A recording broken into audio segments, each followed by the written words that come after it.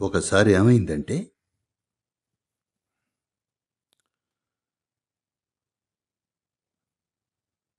గౌతముడు అంటే బుద్ధుడు, ఆయన గురించి విన్నారా? అందరూ గౌతముని గురించి విన్నారా? అయితే బుద్ధ అనేది అతని పేరు కాదు, అతని పేరు గౌతమ సిద్ధార్థ. అతడు బుద్ధుడిగా మారాడు.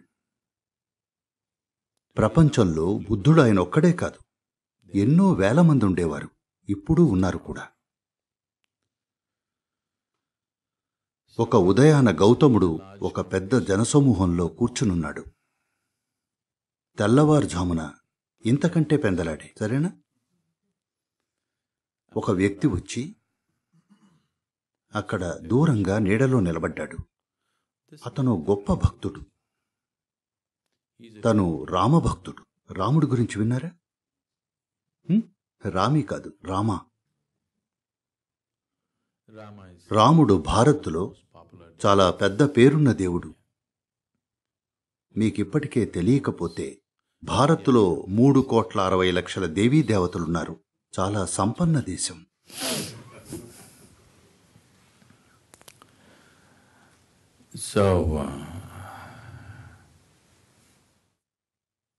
తను రాముడికి గొప్ప భక్తుడు.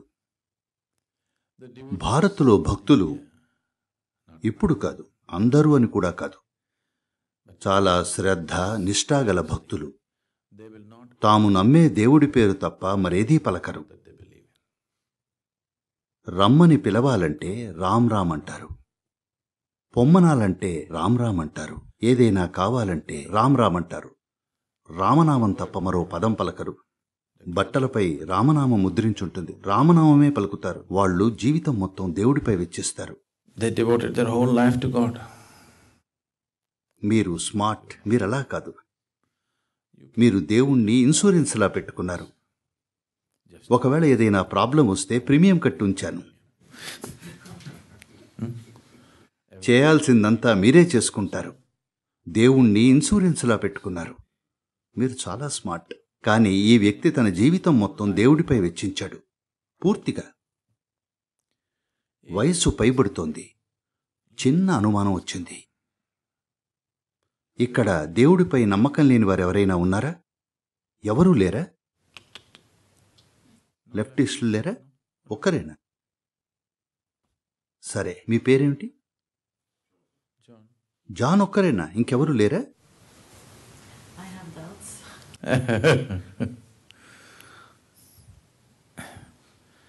అతనికి చిన్న అనుమానం మొదలైంది. దేవుడున్నాడని తనకు తెలుసు. చిన్న అనుమానం. ఒకవేళ దేవుడు లేకపోతే? రామరామ అంటూ జీవితం మొత్తం వ్యర్థం చేసుకున్నట్టే. చూడండి, ఈ అనుమానం వచ్చేది జీవితం మొత్తం దేవుడిపై వెచ్చించినప్పుడే. కేవలం వారానికో 10 నిమిషాలు వెచ్చిస్తే అప్పుడు మీకు అనుమానం రాదు. పర్లేదు, పోయేదేముంది, అవునా? జీవితం మొత్తం దేవుడిపై వెచ్చిస్తే 3 రోజుల్లో అనుమానం వస్తుంది, ఇలా చేస్తూ జీవితం వ్యర్థం చేసుకుంటున్నానా అని. ఇక దేవుడిపై నమ్మకం లేని వారుంటారు. ఈ జాన్ని చూడు, తాను దేవుణ్ణి నమ్మడు. అతనికి కూడా ఉదయాన్నే సూర్యుడు ఉదయిస్తాడు, అతనికి కూడా పూలు వికసిస్తాయి, అతనికి కూడా జీవితం సాగుతోంది. చూడబోతే నాకంటే అతని జీవితమే బాగున్నట్టుంది. కాబట్టి చిన్న అనుమానం. దేవుడున్నాడని తనకి తెలుసు, కానీ చిన్న అనుమానం. సరే, ఇక్కడొక ఆత్మజ్ఞాని ఉన్నాడు, అతని వద్ద నిర్ధారించుకోవాలనుకున్నాడు. అయితే ఎంతో కాలంగా సుప్రసిద్ధ భక్తుడిగా పేరు పొందాక, ఎందుకంటే కేవలం గుడికి వెళ్లడమే కాదు, తను ఎన్నో గుళ్ళు కట్టించాడు కూడా. జీవితంలోని ఈ దశలో ఇప్పుడు దేవుడు ఉన్నాడో లేడో ఎలా అడగగలడు? అందుకే తెల్లారుజామునే వచ్చి అలా నీడపట్టును నిలబడ్డాడు. ఆపై ఈ అనివార్యమైన ప్రశ్న అడిగాడు, దేవుడున్నాడా? గౌతముడు అతన్ని చూసి చాలా స్పష్టంగా నొక్కి మరీ లేడు అన్నాడు. అక్కడున్న ఆ శిష్యుల సమూహం అంతా వారి ప్రశ్నతో సతమతమవుతూ ఉన్నారు. దేవుడున్నాడా లేడా, దేవుడున్నాడా లేడా అని ఊపిరి పీల్చుకున్నారు. ఇలాంటి ప్రశ్నలు అడిగినప్పుడల్లా గౌతముడు మౌనంగా ఉండేవాడే తప్ప ఏదీ చెప్పేవాడు కాదు. మొదటిసారి స్పష్టమైన సమాధానం చెప్పాడు, దేవుడు లేడు అన్నాడు. శిష్యుల మధ్య ఆనందం వెల్లివిరిసింది. ఈ శతమతం దేవుడున్నాడా లేడా అన్నదిక ముగిసింది. ఈ జ్ఞాని దేవుడు లేడని తేల్చి చెప్పాడు. ఈ ప్రకటన ఊరంతా పాకింది. ఇక రోజంతా సంబరాలు జరిగాయి.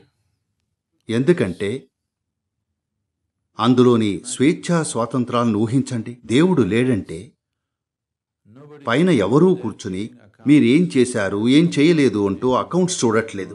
మీకు శిక్షలు వేయడానికి, నరకంలో వేయించడానికి, ఇదో అదో చేయడానికి. జీవితం పూర్తిగా మీ సొంతం. ఆ రోజంతా సంబరాలు జరిగాయి. అందరూ మహదానందంలో మునిగిపోయారు. సాయంత్రం మరోసారి శిష్య బృందం ఆయన వద్ద కూర్చునున్నారు. మరో వ్యక్తి వచ్చాడు. ఇతను కూడా నీడపట్టును నుంచున్నాడు. ఇతను ఒక చార్వాకుడు. చార్వాక అంటే భారత్లో చార్వాకులు అని పిలువబడేవారు కొందరుండేవారు. ఈ చార్వాకులు పూర్తిగా భౌతికవాదులు. వాళ్ళు దేన్ని నమ్మరు, ఒక్క కళ్లకు కనిపించే వాటిని తప్ప.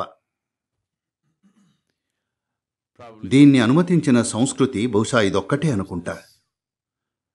అదేమిటంటే ఎంతో చురుగ్గా దేవుడి మిషనరీలు ఊరు వాడా తిరుగుతూ వారి దేవుడి సందేశాన్ని ప్రచారం చేస్తారు. అలాగే దేవుడు లేడనే సంఘాలు కూడా ఊరూరా తిరుగుతూ జనాలతో వాదించి దేవుడు లేడని నిరూపిస్తూ ఉంటారు. దీన్ని అనుమతించిన సంస్కృతి బహుశా ఇదొక్కటే అనుకుంటా. ఇంకెక్కడైనా అయితే వారిని చంపేసేవారు. కావాలంటే దేవుడు ఉన్నాడని ప్రచారం చేయొచ్చు, లేదా దేవుడు లేడని కూడా ప్రచారం చేయొచ్చు. ఇది నిజమైన ప్రజాస్వామ్యం తెలుసా? ఎన్నో వేల సంవత్సరాల నుండి ఇది కొనసాగుతోంది. వాళ్ళు వచ్చి ఊళ్ళల్లో వాద ప్రతివాదాలు చేస్తారు, దేవుడు లేడని నిరూపిస్తారు. ఇతను నిష్ణాతుడైన చార్వాకుడు. మీకు ఎంతటి దృఢనమ్మకం ఉన్నా అతనితో 10 నిమిషాలు మాట్లాడితే దేవుడు లేడని నిరూపించేస్తాడు. వేల మందికి నిరూపించాడు దేవుడు లేడు, దేవుడు లేడు, దేవుడు లేడు అని. వయసు పైబడుతోంది. కొద్దిగా అనుమానం వచ్చింది. ఒకవేళ దేవుడు ఉంటే నేనక్కడికి వెళ్ళినప్పుడు నన్ను వదులుతాడా? పైగా ఈ ఆస్తికులంతా ఆయన దగ్గర చిత్రవధ చేసే సాధనాలన్నీ ఉంటాయని అంటారు. నేనేమో ఎందరికో దేవుడు లేడని నిరూపిస్తూ వచ్చాను. ఆయన నన్ను మరింత చిత్రవధ చేస్తాడేమో. దేవుడు లేడని అతనికి తెలుసు. దేవుడు లేడని ఎన్నో వేల మందికి నిరూపించాడు కూడా. కానీ చిన్న అనుమానం. సరే, ఇక్కడొక ఆత్మజ్ఞాని ఉన్నాడు. అతని వద్ద నిర్ధారించుకోవాలనుకున్నాడు. అందుకని అక్కడికొచ్చాడు. ఆ సాయంత్రం ఆపై అదే అనివార్యమైన ప్రశ్న అడిగాడు. దేవుడున్నాడా? గౌతముడు అతని వైపు చూసి ఉన్నాడు అన్నాడు. మరోసారి శతమతం మొదలైంది. పొద్దున్నేమో దేవుడు లేడు అన్నాడు. వారంతా చాలా సంతోషించారు. కాని సాయంత్రం దేవుడు ఉన్నాడు అంటున్నాడు. అసలు గౌతముడు చెప్పిన దాంట్లో మర్మం ఏమిటి? చూడండి, దేవుడున్నాడని నమ్మినా లేదా దేవుడు లేడని నమ్మినా మీరు ఒకే పడవలో ఉన్నారు. మీకు తెలియని విషయాన్ని నమ్ముతున్నారు. నేను ఇది నమ్ముతాను, మీరు అది నమ్ముతారు. పెద్ద తేడా ఏమీ లేదు. మీకు నచ్చింది మీరు నమ్మొచ్చు, అవునా? ఎవరికి నచ్చింది వాళ్ళు నమ్మొచ్చు. దానికి వాస్తవంతో ఏ సంబంధం ఉండాల్సిన అవసరం లేదు. నాకు తెలీదు అని మీరు చూస్తే తెలుసుకోవాలనే తపన పుడుతుంది. మీలో ఆ తపన పుట్టినప్పుడు అన్వేషణ మొదలవుతుంది. అన్వేషణ మొదలైనప్పుడు తెలుసుకునే అవకాశం ఉంటుంది. For more videos like this, subscribe Big TV channel.